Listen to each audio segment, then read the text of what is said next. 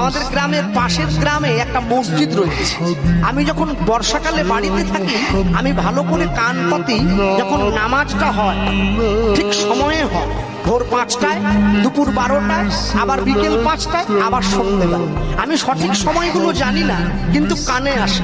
আশ্চর্য হয়ে যাই কখন জানেন, ভোরবেলা যখন নামাজ হয় ভোর 5টায়, আমি প্রত্যেকদিন ঘড়ি দেখে মেলাই 5টা 1 হয় না, 5টাটা 5টাই হয়।